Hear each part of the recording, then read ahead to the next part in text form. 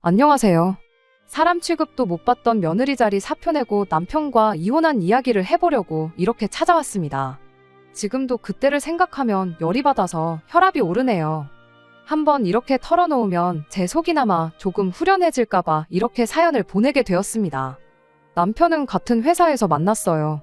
곁에서 보기에 항상 맡은 일에 최선을 다하고 주변 동료들과 대인관계도 좋은 사람이었습니다. 같은 부서였지만 업무적인 일로 대화를 나눈 것 외에는 딱히 인연이랄 게 없었는데 몇 년 뒤 제가 이직이 결정되면서 남편이 이렇게 헤어지는 게 참 아쉽지만 한편으로는 참 잘 됐다면서 제 연락처를 물어왔어요. 말하기를 회사에서 사내 연애를 싫어하는 눈치라 그동안 말을 못 꺼냈는데 제가 이직을 하게 되면 그런 눈치는 이제 안 봐도 되는 거 아니겠냐면서요. 그때 연락처를 건네줬던 게 인연이 되어서 그 이후로 남편을 밖에서 몇 번 만나게 되었습니다. 그때 느낀 건 남편이 자상하고 속이 참 깊은 사람이라는 사실이었어요. 그렇게 얼마 지나지 않아서 저희는 연애를 시작하게 되었고 또 그렇게 2년간의 연애 끝에 결혼 이야기까지 오가게 되었습니다.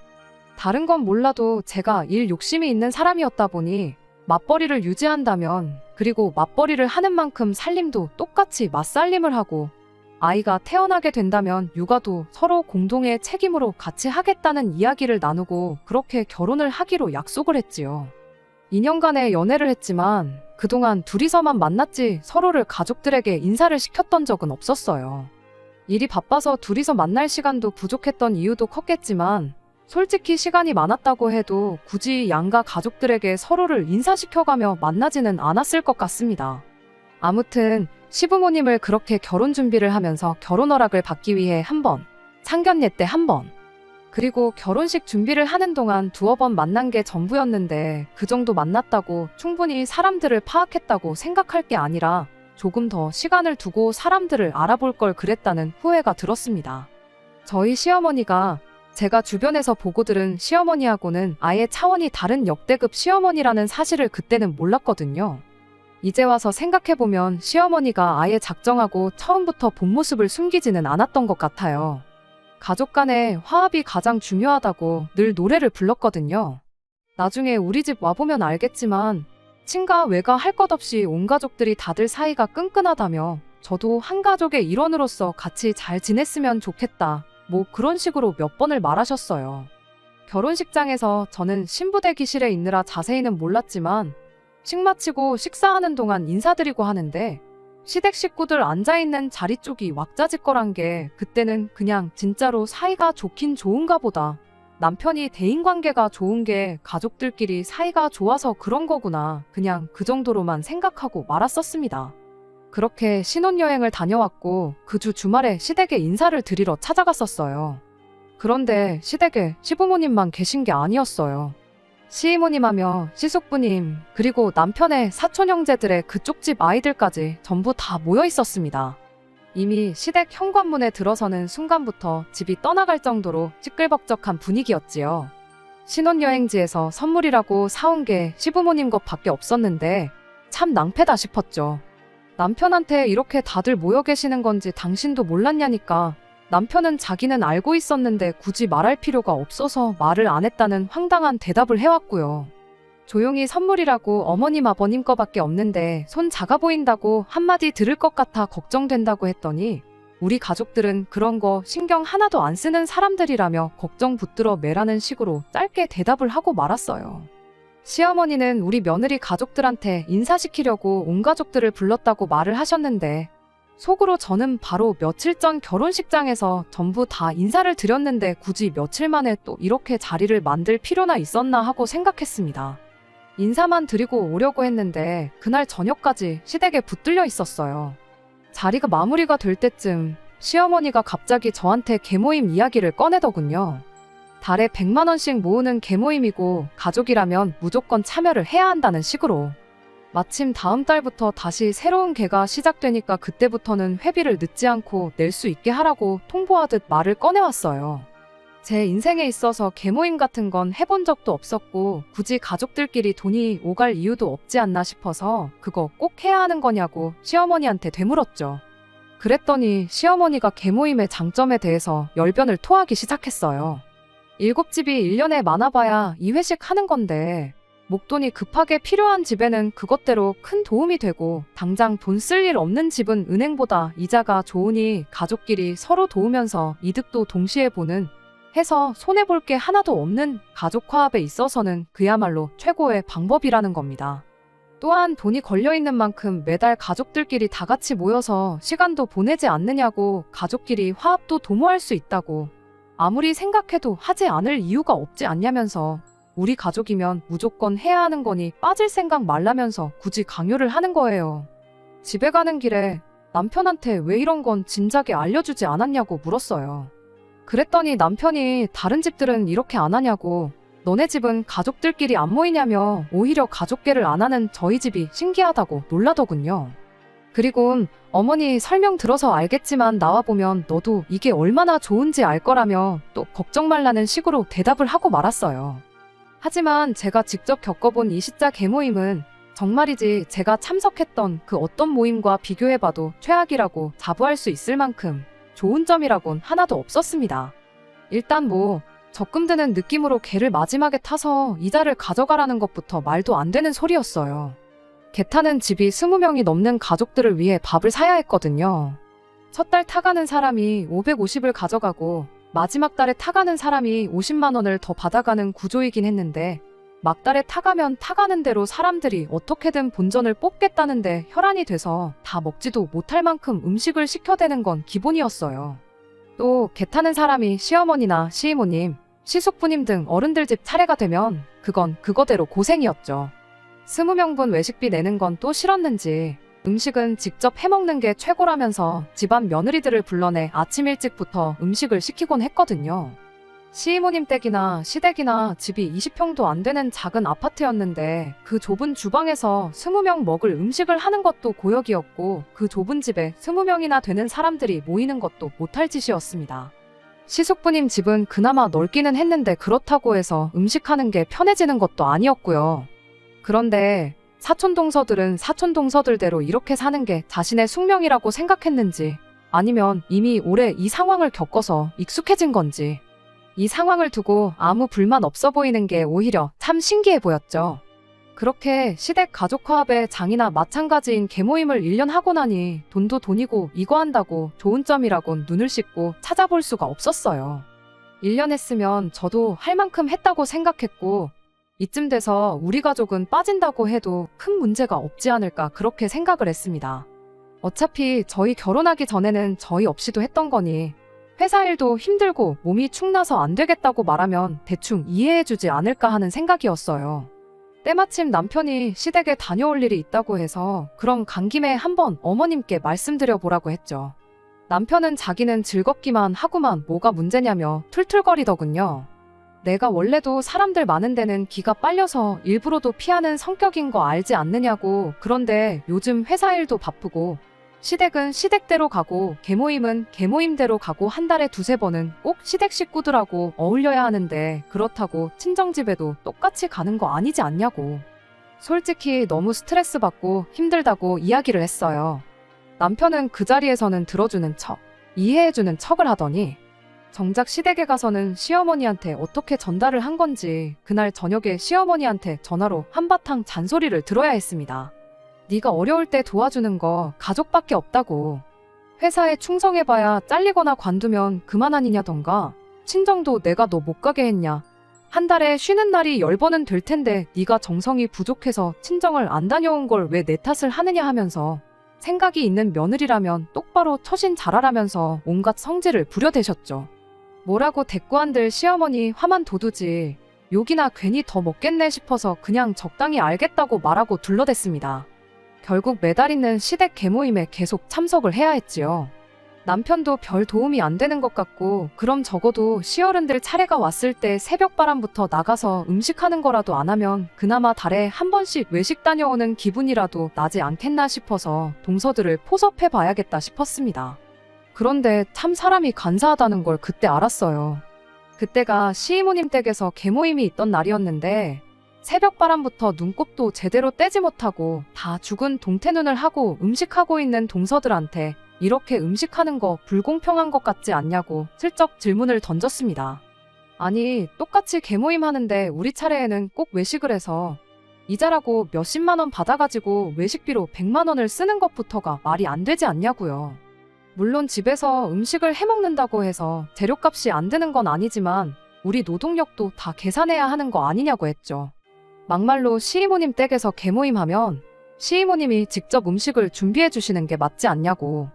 집도 좁은데 허리도 제대로 못 펴고 음식 준비하고 있는 거 힘들지 않냐? 남들은 요즘 제사 때문에 고부간이며 부부간이며 다 터대서 있는 제사도 안 지내고 제사를 지내도 제사 음식 일부러 안 하고 사서 하고 그런다는데 우리는 제사를 지내는 것도 아닌데 한 바퀴 돌 때마다 3번씩 이게 뭐 하는 거냐고 했죠. 1년에 명절도 2번밖에 안 되는데 우리는 1년에 6번씩 제사를 지내는 거나 마찬가지다. 그러니까 다음부터 이렇게 와서 음식하라고 시키면 뭘 번거롭게 음식을 해서 먹냐고. 나가서 외식이나 하자고 하면 훨씬 낫지 않겠냐고 동서들을 꼬드겼어요. 하지만 그건 제가 제 무덤을 파는 것이나 마찬가지인 일이었습니다. 동서들이 같은 며느리 입장이니까 반드시 공감대가 있을 거라고 생각했던 저희 큰 오산이었죠. 그날 개모임이 끝나고 집에 돌아온 뒤 잘 때가 다 돼서 또 시어머니한테서 전화가 걸려왔어요. 이야기 다 들었다면서 너는 어떻게 가족들끼리 서로 좋자고 하는데도 이렇게 삐딱선이냐, 가족들끼리 이간질을 시켜서 불화를 조장하냐 하면서 온갖 소리를 다 들어야 했습니다. 동서들 2명이 자기들 시어머니인 시이모님한테 그새를 못 참고 개모임 끝나자마자 제가 꺼낸 말을 그대로 전했던 겁니다. 동서들이 세상 다 죽어가는 똥 씹은 표정으로 새벽바람에 끌려와서 음식하는 꼴을 보고 분명히 이 상황에 불만을 가지고만 있는 줄 알았는데 끌려와서 밥 차리는 일에 그렇게 책임감이 있고 자부심이 있는 줄은 생각도 못했어요. 그래서 저도 이판사판이다 생각해서 시어머니한테 말했습니다. 외식을 할 거면 다 같이 똑같이 하고 음식을 할 거면 모든 집이 다 같이 똑같이 하고 개주인 사람이 음식을 준비하는 게 이치상 맞지 않냐고 그렇게 따졌죠. 그랬더니 시어머니가 안 그래도 집이 좁아서 음식하는데 허리도 똑바로 못 펴고 힘들어한다고 들었다고 당신이 거기까진 생각을 못했다며 다른 방법을 찾아보겠다고 한마디 하는 거 아니겠어요? 그때는 저도 내가 뭘 잘못 들었나 싶었습니다. 말 한마디 했다고 호락호락하게 넘어갈 사람이 분명 아닌데 생각보다 너무 빠르게 수긍을 해가지고 말이죠. 그래도 한바탕 질렀더니 진심이 통한 건가? 사실 시어머니가 생각보다 이야기가 잘 통하는 사람은 아닐까. 그냥 며느리들이 힘들어하는 걸 몰라서 그랬던 건데 나 혼자 괜히 며느리들을 부려먹는다고 오해한 건 아닌가. 따지고 보면 시어머니도 과거에는 며느리였을 테니 그 공감대가 어느 정도 있지 않을까. 그 짧은 시간 동안 그런 5만 가지 생각이 다 들었어요. 시어머니는 더 좋은 방법을 어른들끼리 한번 상의해보겠다시며 그렇게 전화를 끊으셨고요.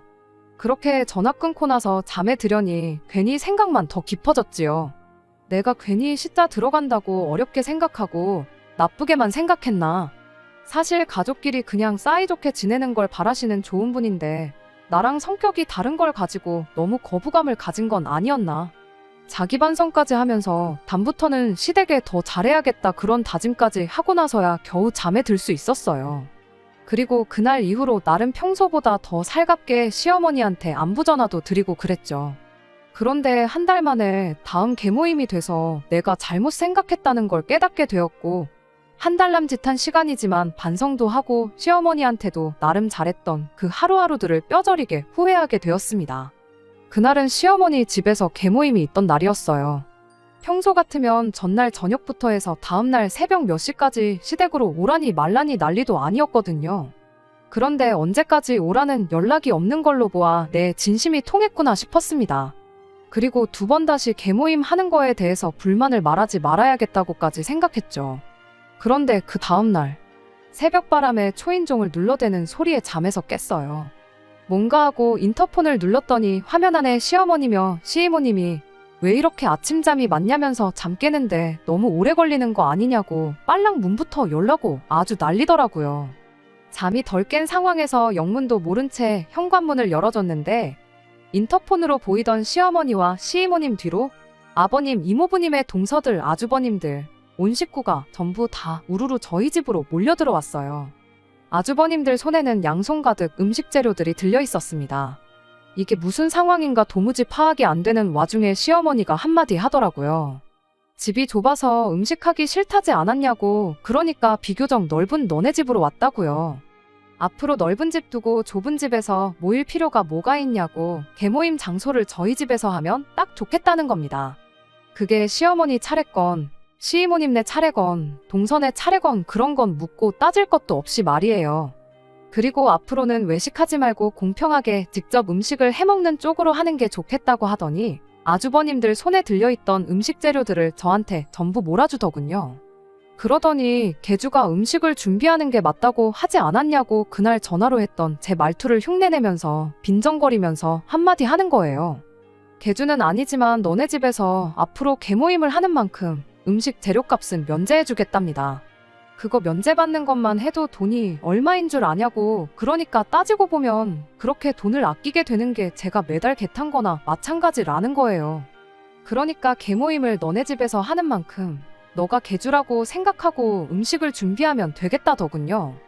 감자탕거리가 있으니 들통으로 집에 갈 때 각자 저녁 한번 먹을 만큼 덜어갈 수 있게 넉넉하게 끓이고 장보다 보니까 쭈꾸미가 물이 참 좋아서 그것도 잔뜩 사왔다고. 절반은 매콤하게 볶아서 내고 절반은 숙회로 삶아서 내오라고 하더니 할 말 다 하고 나서 지들끼리 시시덕거리고 저희 집 거실에 둘러앉아서 TV를 켜더군요. 새벽바람인데 TV만 보고 있긴 심심하다며 저보고 술이랑 과일이나 간식 같은 것 좀 내오라는 겁니다. 남편은 그 와중에 새벽에 눈 뜨자마자 아주버님들 꼬드겨서 집 근처에 24시간 하는 데가 있으니 거기 가서 당구 좀 치고 오자고. 그리고 오는 길에 술도 좀 사와야겠다며 시어머니한테 돈 얼마 타가고는 그 길로 내빼더군요. 이게 무슨 상황인가 싶은 와중에 동서들이 망연자실 부엌에 서 있는 저한테 다가오는 겁니다. 그래도 고자질한 게 찔리긴 찔려서 도와주려는가 보다 싶었는데 그게 아니었어요. 저 때문에 자기들 편하게 됐다고 참 고맙다고 하면서 아침 일찍부터 와서 피곤해 죽겠는데 잠깐 눈 좀 붙이게 바닥에 깔 이불이랑 덮을 것 좀 꺼내다 달라는 겁니다. 오늘은 동서 놀래켜주려고 일찍 온 거지 다음부터는 이렇게 새벽바람에 찾아올 일은 없을 거라면서 저보고 고생 좀 하라나요.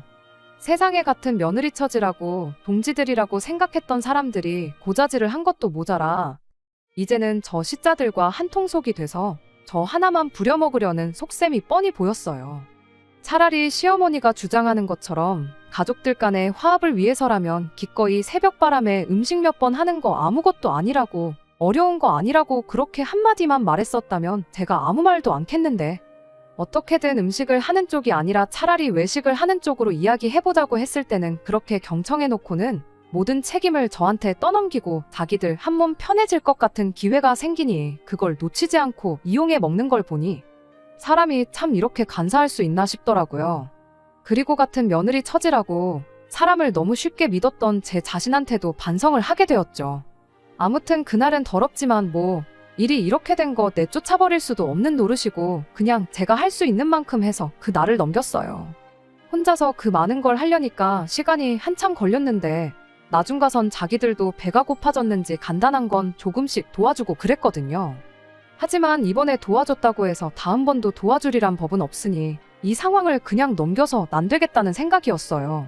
그러다 문득 남편은 온 가족이 이렇게 우리 집에 말도 없이 쳐들어오는 이 상황을 몰랐을까 하는 생각이 들더라고요. 개모임 끝나고 나서 남편한테 따지듯 물어봤는데 알고는 있었지만 자기도 이렇게 하지 않으면 제가 정신을 차리지 않을 거라 생각해서 함구하고 있었다는 말도 안 되는 소리를 하는 겁니다. 나중에 가선 이게 다 제가 자초한 일이라며 제 탓을 하기까지 하는 거예요. 온 가족이 다 같이 화목하게 지내려고 하는 건데 저 혼자서 물을 흐리는 거라나요? 어떻게든 가족 모임을 빠지거나 편하게만 하려고 하지 말고 이왕 이렇게 된 김에 진짜로 이 가족의 일원이 된 모습을 보여주라는 조언까지 해주더군요. 지성이면 감천이라고 아마 어머니도 그렇고 다른 친척들도 그렇고 열심히 노력하는 모습을 보여주면 마음이 풀릴 거라고요. 이렇게 앞으로 평생 개모임을 우리 집에서만 가지지는 않을 것이다. 너의 진심이 통하는 그날에 예전처럼 다시 각자 집에서 개모임을 갖게 될 테니 그때까지 다른 가족들한테 인정받을 생각을 하라는 말만 할 뿐이었어요. 결혼 전 그렇게 자상할 수가 없고 저만 아는 그런 사람이었는데 그런데 남편에겐 그런 저보다도 소중한 게 가족들이었다는 사실을 알게 되니 그게 그렇게 실망스러울 수가 없었네요. 그리고 왜 이런 본 모습을 결혼 전에는 몰랐을까 하는 후회와 함께요. 어떻게 하면 이 상황을 타개할 수 있을까 고민해봤지만 온 가족이 저러는 거다 보니 마땅한 수가 떠오르지는 않았습니다. 내 편이라도 하나 있으면 모르겠는데 남편이라고 하나 있는 건 처음부터 남의 편이었으니까 말이에요. 그러는 와중에 일이 또 터져버리고 말았어요. 주말만 되면 이틀 내내 시어머니가 저희 집에 찾아오기 시작했거든요. 그날 저 혼자 음식 준비할 때 보니까 손이 느려가지고 온 가족이 굶어 죽기 딱 좋겠다며 여러 명 먹을 음식 하는 법을 알려주겠노라고 찾아오신 거예요.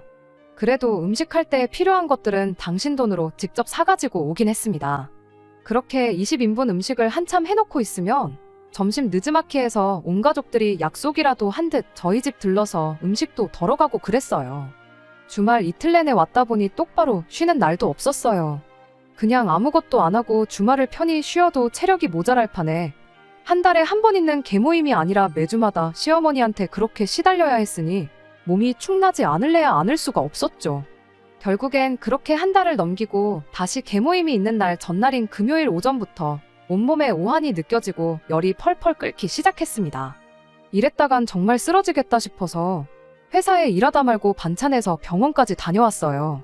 처방받은 약 먹고 한숨 푹 자고 일어났는데 얼마나 몸이 축나 있던 건지 평소였으면 약 먹고 푹 자면 어느 정도 괜찮아졌던 몸이 도무지 제 말을 들을 생각을 안 듣더라고요.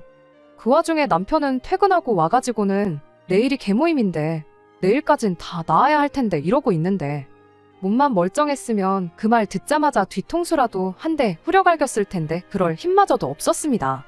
개모임이 있어서 그 책임감에 그런 건 아니지만 그래도 어떻게든 컨디션 찾아보겠다고 혼자서 죽 끓여 먹고 처방받은 약 먹고 그리고 다시 잠을 청했어요.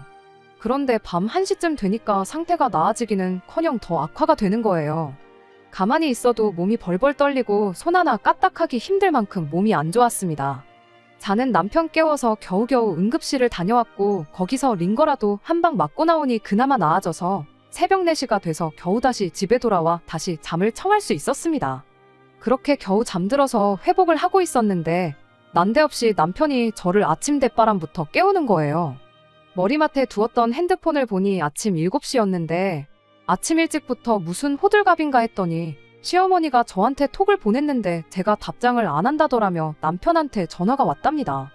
그래서 무슨 일인가 톡을 열어봤는데 오늘은 소갈비찜이 좋겠다며 핏물 빼는데 시간이 걸리니 아침 일찍부터 부지런히 움직여야 한다고 톡을 새벽 6시에 보내놓으셨더라고요. 1시간 동안 제가 아무 대답도 없으니 남편한테 전화해서 저를 깨우라고 시켰던 거고요. 몸은 여전히 말을 안 듣는데 그 톡까지 보니 정말 아무 의욕도 안 생기더군요. 마트도 10시는 돼야 여는데 그 이른 시간에 톡을 보낸다고 갈비를 사올 수 있는 것도 아니고 없는 갈비를 두고 핏물을 뺄 수 있는 것도 아닌데 뭐가 그렇게 호들갑인지 싶었어요. 그래서 시어머니 톡에 답장도 안 하고 남편한테 나는 몸 상태가 안 좋아서 오늘 음식 준비는 못할 것 같으니 알아서 가족들하고 외식을 하고 오던가 해라 한마디 하고 다시 잠을 청했습니다. 그랬더니 남편이 가당치도 않은 소리 하지 말라고 집 근처 식자재 마트는 일찍 여니까 거기서 재료 사다가 당장 음식을 할 생각부터 하라면서 저를 깨우더군요. 당신 몇 시간 전까지 나랑 같이 응급실에 있지 않았냐고 다른 사람도 아니고 마누라 몸 상태가 이런데 그러고 싶냐고 한마디 쏘아붙였더니 그야말로 전전긍긍하면서 어쩔 줄을 몰라 하더라고요. 그러더니 한다는 소리가 그럼 10시까지만 더 쉬랍니다. 그리고 10시에 일어나서 마트에서 장 봐다가 음식 준비하면 저녁 시간 맞춰서 얼추 시간은 되지 않겠냐는 소리를 하는 거예요. 그 말을 들으니 어이가 없어서 그렇게 집에서 개모임이 하고 싶거든 니 혼자 준비해서 하라고 말하고 그 길로 아픈 몸 이끌고 집 나와 택시 잡아서 친정집으로 향했습니다. 친정부모님이 무슨 일로 아침 대바람부터 친정일 다 왔느냐고 걱정하시길래 제가 조금 몸이 아픈데 집에 있으면 괜히 신경 쓸 게 많아서 그냥 아무 생각 안 하고 푹 쉬려고 왔다고 대충 둘러대고 말았어요. 그렇게 다시 잠을 청했죠. 신경 쓸 것도 없고 거기에 세상 무슨 일이 있어도 내 편만 들어줄 친정 부모님까지 계시니 마음이 놓여서 그랬나. 정말 세상 모르고 오랜만에 휴식다운 휴식을 했던 것 같아요. 몇 시간이나 잤는지도 모를 만큼 푹 잘 쉬고 있는데 친정집에서 들려서는 안 될 목소리가 들리기 시작했습니다. 잠결에 헛게 들리나 싶었는데 그게 아니었어요. 친정어머니가 이게 경우 없게 무슨 짓이냐고 한마디 하는 말에 정신이 퍼뜩 들어서 그 길로 방문 열고 뛰쳐나가 보니 현관문에 시어머니는 물론이고 나머지 시자들까지 전부 해서 친정집을 쳐들어온 겁니다. 그 와중에 남편은 체면 때문에 그런 건지 그렇게 했다간 죽은 목숨인 줄은 알고 있는 건지 맨 뒤에 구석에서 고개만 쳐숙이고 있더군요. 제가 시어머니한테 이건 무슨 상황이냐고 뭐 하자는 거냐고 따져 물었더니 시어머니가 어떻게 며느리가 돼서 가족 행사에 내뺄 생각만 하냐고 잔꾀 부려도 소용없다며 친정 부모님 계시는 건 아랑곳하지도 않고 고래고래 소리를 지르더군요. 그러면서 내가 너만 할 때는 몸이 내일 죽을 만큼 아파도 진통제 먹고 버텨가면서 가족들 음식을 준비했다고 하면서 이미 자기 때부터 계속 이어온 가족들의 전통인데 그깟 감기 좀 걸렸다고 그냥 넘어갈 생각 말라면서 아파서 죽을 것 같아도 밥하다가 죽으라는 소리를 하는 겁니다. 자식이 못하겠으면 그 부모가 책임져야 하지 않겠냐며 당장 튀어나오지 않으면 개모임을 저희 친정집에서 해야겠으니 그러기 싫으면 당장 튀어나오라는 거예요. 그렇게 20명 떼거지로 데리고 오면 저희 친정 부모님이 무서워서 저를 집에 돌려보낼 줄 알았던 걸까요? 친정아버지가 이게 무슨 말도 안 되는 헛소리냐며 창고에서 골프채를 꺼내가지고 오셨습니다. 내 집에 발 한 발짝이라도 들여만 보라고 그 길로 아주 그 다리는 평생 다 쓴 줄 알라며 강하게 나오니 그제서야 시어머니도 사람 잘못 건드렸구나 싶었는지 현관문이 떨어져 나가라 지르던 목소리를 낮추더군요. 그러더니 저희 부모님한테 한다는 소리가 어쨌든 오늘은 가족들한테 중요한 날이니 저만 집으로 돌려보내면 자기들도 더 말썽 부리지 않고 조용히 돌아가겠다면서 저희 아버지를 설득하려고 들더라고요. 목소리 낮추고 개소리를 정중하게 한다면 또 저희 부모님이 이 어이없는 상황에 노여움을 푸시고 좋게 저를 돌려보내줄 줄 알았던 걸까요? 당연한 반응이었겠지만 친정아버지께서는 어디 데려갈 테면 데려가 보라고 강하게 나오셨어요. 얼마나 중요한 날인지는 모르겠지만 초상날보다 중요하겠냐며 오늘을 바로 그날로 만들어주겠다 한마디 하시면서 손에 들고 있는 골프채를 번쩍 들으시니 20명이 모여있는 그 상황에 아무도 저희 아버지한테 찍소리도 못하고 가만히 있을 뿐이었어요. 안 되겠다 싶었는지 더 말은 안 하고 오늘은 특별히 사정을 봐주겠다며 집으로 돌아가더라고요. 그 와중에도 오늘은 봐준다는 식으로 말하는 게 그 와중에 자존심은 지키고 싶었나 봅니다. 도망가는 시자들을 뒤로 한 채 친정아버지가 저희 남편만 콕 집어서 남으라고 한마디 하셨어요. 이 소란이 다 뭔지 제대로 설명해야 할 거라 하는 말에 남편이 겁이라도 먹은 건지 사시나무 떨듯이 벌벌 떨기 시작했죠. 그래도 친정 부모님께서는 남편을 추궁하기 전에 저랑 이야기 나눌 기회를 먼저 주셨어요. 이미 상황 자체가 남편한테 미안하다 사과 한마디 듣는다고 끝날 상황은 아니었지만 그래도 부부간의 문제니 둘이서 해결하기를 바라셨었나 봐요. 남편도 이 상황에 저랑 결혼 생활을 이어가기는 글렀다 싶었는지 갑자기 잔병치레 한 번 없던 제가 아프다고 하는 게 개모임 하기 싫어가지고 꾀병을 부리는 줄 알았다고 하는 겁니다. 친정집에 가족들을 끌고 온 건 자기가 맞긴 하지만 자기는 애초에 저만 데리고 나와서 가족들끼리 외식을 하러 가자고 할 생각이었다네요. 그래서 저만 데리고 나가려고 혼자 친정집으로 올라올 생각이었는데 시어머니가 괘씸한 며느리한테 본때를 보여줘야겠다며 난데없이 따라 올라온 거고 다른 사람들은 재밌는 구경이라도 하겠구나 싶어서 쫓아 올라온 게 아니겠냐고 설명하는 겁니다. 사유가 어쨌건 간에 이미 이 집구석의 밑바닥까지 다 봐버린 상황에 굳이 남편하고 잘 풀어서 시댁하고 해결을 봐야겠다는 생각도 없었어요. 더 이야기할 것도 없겠다 싶어서 그 자리에서 남편한테 이혼하자는 소리를 꺼냈습니다. 그런데 남편이 이혼은 또 무슨 이혼이냐며 그렇게는 못해주겠다며 제 앞에 싹싹 빌기 시작했어요.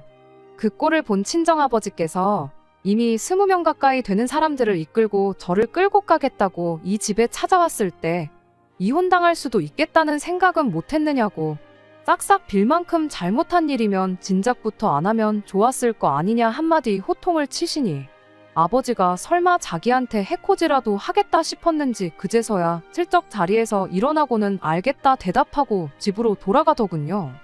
그 와중에 시어머니는 끝까지 자기 자존심이 더 중요했던 건지 가족끼리 다 같이 화목하게 지냈으면 하는 마음에 만든 모임인데 그 진심을 못 알아주고 내뺄 생각만 하는 제가 잘못한 거라며 끝까지 제 탓을 했어요. 당신도 집에 소란만 만드는 며느리를 가족으로 두고 있을 수는 없다면서 고집을 부려준 덕분에 그래도 이혼하는 데 있어서 그 어떤 잡음도 없이 빠른 이혼을 할 수 있었습니다. 그거 하나만큼은 다행이지 않을까 싶어요. 결혼 생활은 1년 반, 거의 2년 가까이 했지만 맞벌이 한다고 두 사람 사이에 애가 있던 것도 아니고 그 짧은 사이에 못 볼 꼴은 못 볼 꼴대로 다 봤으니 단 한 점의 후회조차 남지 않아 마음이 참 후련했네요. 그렇게 남편과 완전히 갈라서게 되었습니다. 이혼해서 다시 남남이 된 만큼 시어머니고 남편이고 다시 연락할 일도 없을 줄 알았는데 정말 생각지도 못한 사람들이 번갈아 가면서 저한테 연락을 해왔습니다. 그 집 며느리 노릇 하면서 식모 노릇을 자처하던 동서들한테서 말이죠. 이혼하고 나니 어떻냐니 주변에서 이상하게 보지는 않느냐느니 하면서 좋겠다고 자유의 몸이 된 제가 부럽답니다. 어차피 반반 결혼을 했고 맞벌이 생활 한 데다가 결혼 생활이라고 2년도 안 했는데 재산 분할을 할 것도 없었거든요. 그냥 공정하게 절반 딱 갈라서 이혼했어요. 그런데 동서들은 다 결혼한 지 5년, 6년씩 됐다 보니 이혼하면 재산 분할은 어떻게 되는 건지, 자기는 전업주부 생활만 했는데 분할을 받을 수 있는 건지 아닌지 그런 걸 물어보는 거 아니겠어요? 이혼하고 싶으면 나 말고 변호사 찾아가서 물어보라고 쓴소리 한마디 해줬네요. 그런 것까지 나한테 물어보는 걸로 보아하니 형님들은 누가 알려주고 시키는 대로밖에 못 사는 사람들인 것 같은데 그냥 그 집에서 시키는 대로 달마다 모여서 음식이나 하고 그러면서 살라고 한마디 해줬습니다. 그렇게 식모 노릇 하면서 사는 게 오히려 마음 편하고 좋을 거라고요. 못 같으면 니들도 한방 들이받고 이혼하라고 한마디 해줄까 하다가 스스로 식모 취급 받으면서 현실에 순응하며 사는 사람들 괜히 이혼시켰다가 인생 망했다고 무슨 원망을 들을 수는 없는 일 아니겠어요? 집 팔자 지가 꼬는 거고 푸는 것도 지가 스스로 풀어야지요. 적어도 저는 힘들게 풀어놓은 제 팔자 다시 꼬이지 않게 정신 차리고 똑바로 살아야겠습니다. 끝까지 들어주셔서 감사합니다. 오늘의 사연은 여기까지입니다. 구독과 좋아요, 알람 설정 부탁드리고 더 좋은 사연으로 다시 찾아뵙겠습니다. 감사합니다.